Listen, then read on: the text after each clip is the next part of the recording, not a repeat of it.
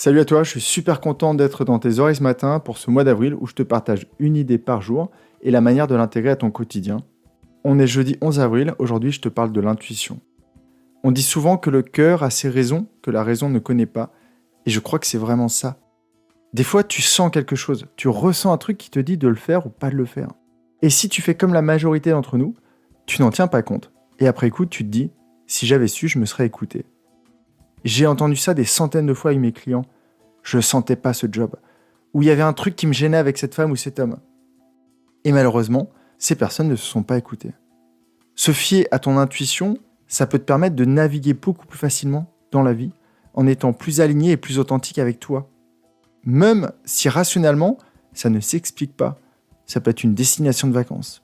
Un goût de glace devant le marchand. Plus tu t'écoutes, plus tu fais confiance à ton intuition, plus tu lui laisses de la place, plus elle pourra te proposer des idées créatives et innovantes. Ça va te permettre de réfléchir autrement et sûrement de prendre de bonnes décisions.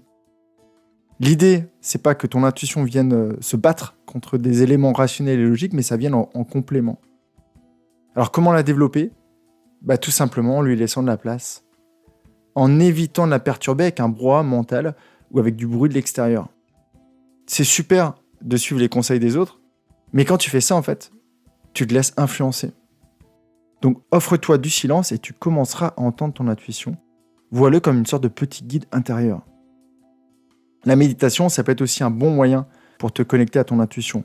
Par exemple, tu peux te décider à faire une méditation et avant de commencer la méditation, te poser une question.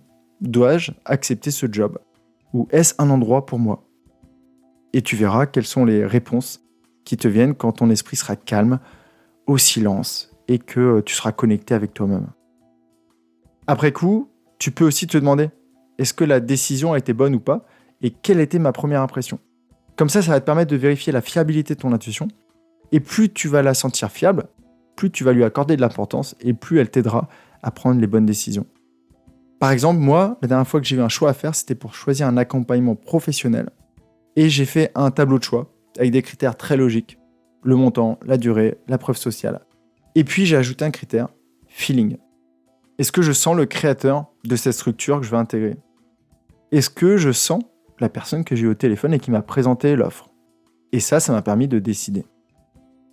Donc je te souhaite une belle réflexion et rappelle-toi que tu as déjà beaucoup de solutions et de réponses en toi.